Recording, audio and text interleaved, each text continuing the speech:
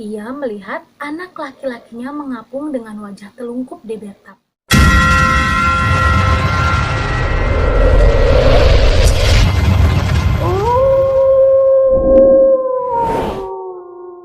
Assalamualaikum warahmatullahi wabarakatuh. Hai semua, terima kasih sudah mampir ke channel ini. Buat teman-teman yang menonton video ini, semoga teman-teman dalam keadaan sehat walafiat dan selalu dilindungi oleh Allah Subhanahu wa Ta'ala. Amin. Oke teman-teman, di video kali ini saya akan membacakan beberapa cerita pendek horor yang berasal dari creepypasta. Buat teman-teman yang suka dengan cerita horor, pasti teman-teman sudah tidak asing lagi dengan creepypasta, ya kan? Tapi buat teman-teman yang belum tahu, saya akan jelaskan sedikit tentang creepypasta.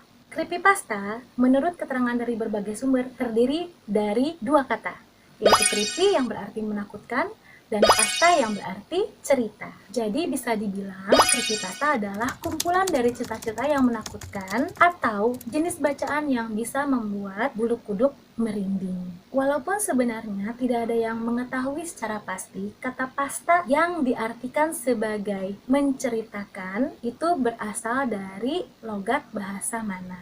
Di internet sendiri, kata creepypasta juga bisa diartikan atau diplesetkan menjadi copy paste, yang artinya menyalin tulisan dari web ke web secara terus-menerus. Creepypasta berbeda dengan cerpen-cerpen pada umumnya. Terdiri hanya dari beberapa paragraf atau kalimat singkat yang memiliki ending plot twist atau ending yang biasa saja tapi mengejutkan. Untuk lebih jelasnya lagi, kita lanjut aja yuk baca cerita dari creepypasta. Tapi seperti biasa, yang belum subscribe ke channel ini, di-subscribe dulu ya teman-teman, supaya teman-teman tidak ketinggalan cerita-cerita dari Inces lainnya. Sudah siap? Kita langsung saja di Inces. Ini cerita seram. Oke teman-teman, kita sama-sama baca ya. Cerita pertama berjudul The Man Was Fired Because He Had Killed 3 People, yang artinya adalah seorang laki-laki yang dipecat karena dia telah membunuh 3 orang. Waktu itu aku habis berbelanja bersama ibuku. Kemudian kami bertemu dengan mantan rekan kerja ibuku dulu. Pria itu memperkenalkan dirinya sambil menjabat tanganku dengan sangat ramah. Pria itu dan ibuku lalu berbincang-bincang sebentar. Setelah beberapa saat, dia pergi. Ibuku bilang pria itu dipecat karena dulu ia telah membunuh 3 orang. Aku merasa takut selama 5 menit ke depan sampai aku ingat kalau profesi ibuku adalah dokter bedah. Wah, mungkin waktu itu dia membunuh dengan cara membedah ya teman-teman ya. Wah, serem. Kita lanjutkan ke cerita yang kedua ya. Judulnya Kittens atau anak kucing.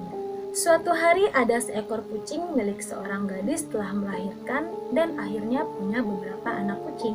Tapi anak-anak kucing itu menghilang setelah beberapa hari mereka dilahirkan. Si gadis pun bertanya kepada ibunya, apa yang terjadi pada mereka, Bu? Ibunya hanya berkata, Tuhan mengambil mereka sayang. Beberapa bulan kemudian, kucing milik gadis kecil itu melahirkan lagi. Ibunya lalu menyuruhnya untuk membantu mengerjakan beberapa tugas rumah.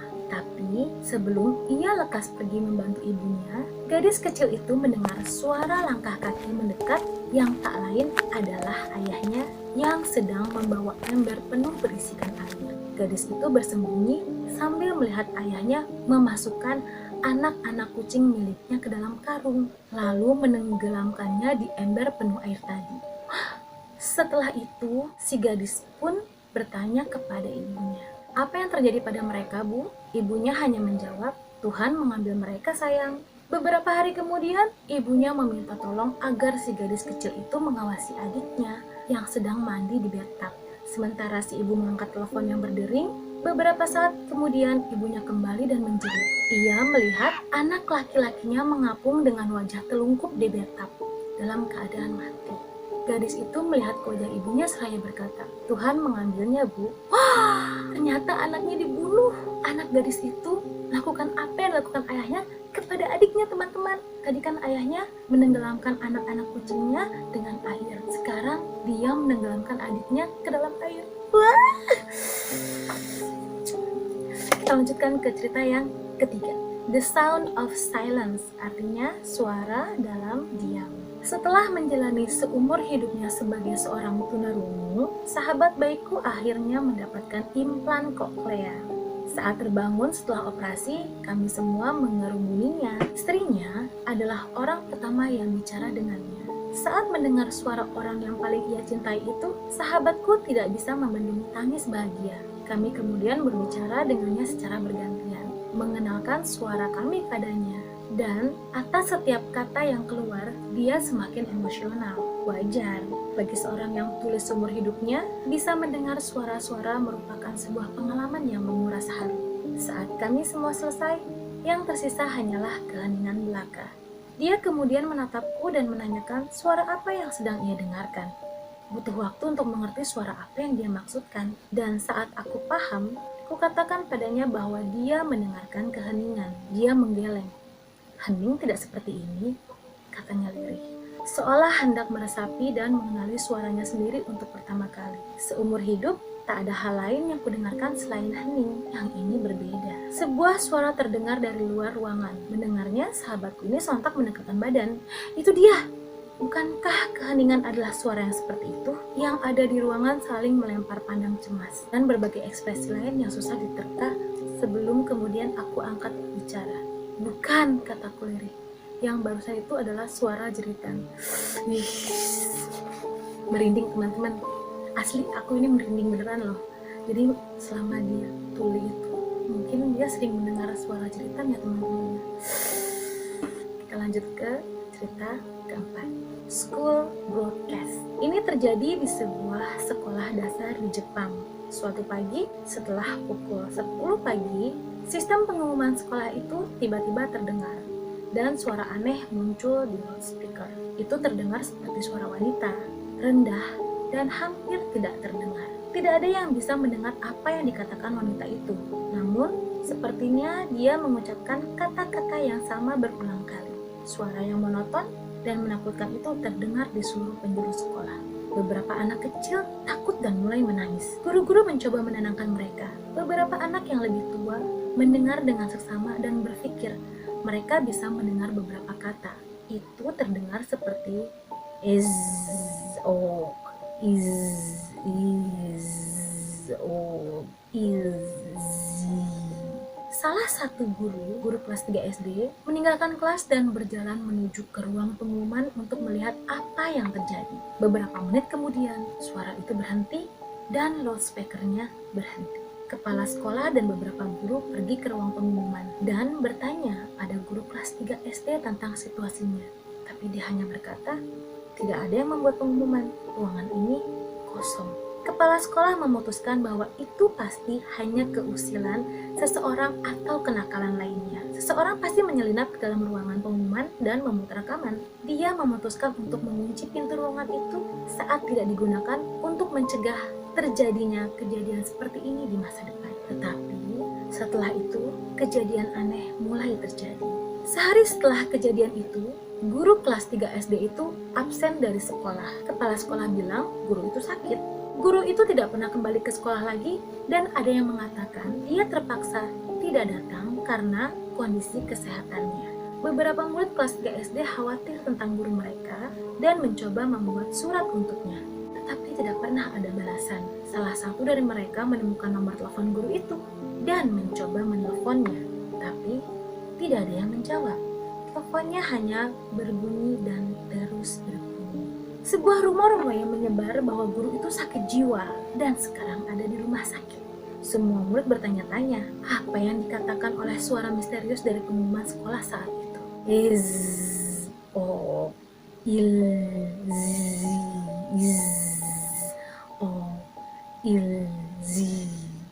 Ada banyak jenisnya. Semua orang sepertinya mendengarkan berbeda-beda. Beberapa murid bilang mereka mendengar yang ini. Yang lain bilang dia mendengar yang itu. Meskipun ada beberapa murid yang setuju, inilah yang mereka dengar. Please don't look, you will go crazy. Yang artinya, tolong jangan dilihat, kamu akan jadi gila. Jadi, mungkin guru itu karena dia melihat ruangan itu, terus tiba-tiba gurunya jadi gila teman-teman. Ih, serem. Kita lanjutkan ke cerita yang selanjutnya ya teman-teman, dan ini adalah cerita yang terakhir. Those who came from mountain. Dia yang datang dari pegunungan. Malam ini aku menginap di rumah Bibi Mary, bibiku yang tinggal di lereng pegunungan. Rumah ini sudah cukup tua. Malam ini aku menginap di rumah Bibi Mary, bibiku yang tinggal di lereng pegunungan. Rumah ini sudah cukup tua, dengan lantai dan pintu kayu serta pepohonan rimbun di sekitarnya yang kadang membuat sanak saudara enggan berkunjung, terkecuali aku tentunya. Dari kecil, aku sudah dekat dengan Bibi Mary. Sebelum Paman Sam meninggal, dia berpesan untuk menjaga semua yang pernah Paman Sam berikan ke Bibi Mary. Salah satunya adalah rumah ini. Bibi Mary sangat menyayangi Paman Sam. Oleh karena itu, ia enggan bila dibujuk orang tuaku untuk pindah. Mau apapun yang ditawarkan, takkan membuat pendiriannya goyah. Hujan turun dengan derasnya malam ini. Aku enggan untuk menyalakan televisi karena takut petir menyambar. Jadi, aku habiskan waktu sebelum tidurku untuk berbincang dengan Bibi Mary. Bibi Mary memberiku susu coklat hangat. Aku tersenyum. Terima kasih, Bibi. Ia balas tersenyum, lalu sedikit menengok ke jendela. Suasana gelap di luar sana terkadang membuatku merinding.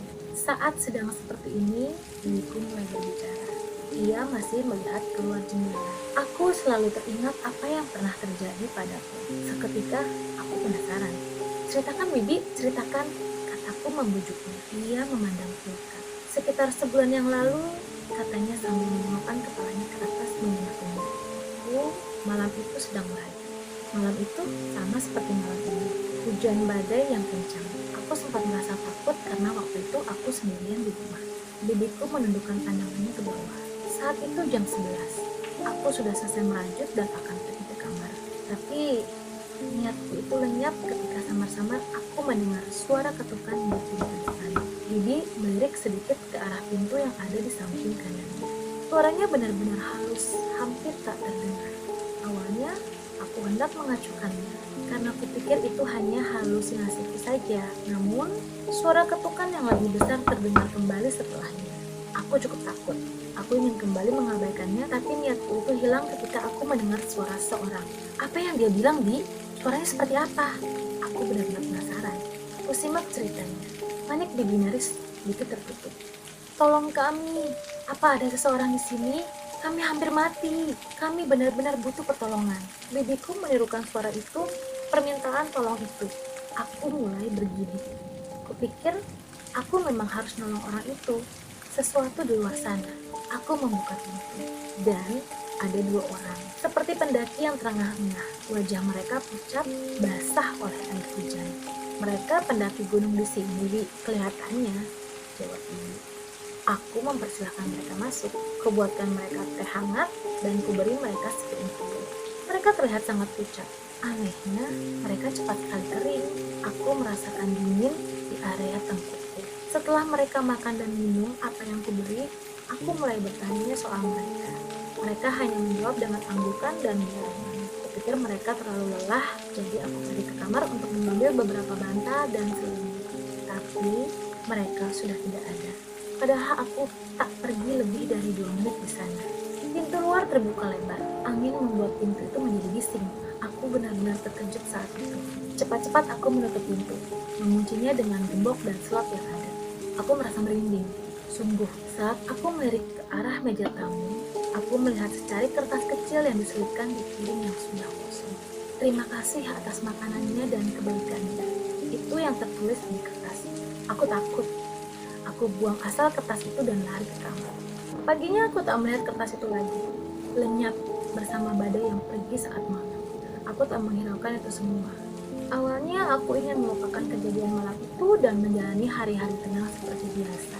Jadi kunyalakan televisi dan melihat siaran memasak. Namun siaran itu terpotong oleh breaking news yang rupanya berasal dari daerah sekitar sini, dari kota ini. Aku menyimak beritanya dan aku benar-benar terkejut. Ada 2 pendaki yang hilang dan ditemukan dalam keadaan meninggal oleh polisi hutan saat malam itu. Malam aku menerima tamu aneh itu. Dan saat aku melihat foto mereka, aku benar-benar yakin itu mereka. Mereka sangat mirip dengan foto yang ada di berita. Oh astaga Ariana, dan kau tahu apa bagian terseram dari semua ini? Aku mengangguk lemas. Aku takut, tapi aku benar-benar penasaran. Mereka ditemukan oleh polisi hutan sekaligus malam saat mereka bertemu ke rumahku pada tanggal 16 Agustus. Sementara pihak rumah sakit bilang mereka sudah tak bernyawa 2 hari sebelumnya, tanggal 14 Agustus. Kau percaya hantu, Ariana? Aku tak tahu yang bertamu di rumahku saat malam itu disebut hantu atau bukan. Keadaan jadi begitu sunyi dengan suara hujan yang semakin deras. Ibu Mary bangkit dari kursi dan berjalan ke arahku melihat kalinya. Sekarang tanggal 16 September. Wah, kenapa bisa kebetulan seperti ini ya? Ayo tidur sayang. Aku tahu kau ketakutan. Maafkan aku, ucap Ibu Mary dengan senyum. Aku mengangguk, berjalan di samping Ibu Mary ke kamar. Kami ingin istirahat. Namun, derit kayu yang terinjak keluar serta ketukan keras terdengar. Tolong kami! Apa ada seseorang di sini? Kami hampir mati. Kami benar-benar butuh pertolongan. Oh my god, teman-teman, ceritanya terulang kembali. Kira-kira ini yang datang hantu lagi? Apa manusia beneran ya? Serem ya teman-teman ya. Oke, itulah teman-teman cerita horor pendek dari Creepypasta. Buat teman-teman yang penasaran dengan cerita-cerita horor lainnya, kalian bisa mengunjungi Creepypasta. Teman-teman ya, di situ ada banyak sekali cerita-cerita horor yang menegangkan, pembunuhan, teka-teki, bahkan komik juga ada di sana. Jadi kalau teman-teman ingin membaca sendiri ceritanya, kalian bisa lihat di Creepypasta. Oke teman-teman, klik tombol like jika teman-teman suka dengan video ini. Jangan lupa juga share dengan teman-temannya supaya teman-teman yang lain juga bisa mengikuti cerita-cerita seram dari Incas lainnya. Klik subscribe dan aktifkan tombol loncengnya supaya teman-teman tidak ketinggalan video-video Incas lainnya. Dan satu lagi, jangan lupa follow aku di Instagram @inalunadasana. See you soon. Bye. Assalamualaikum.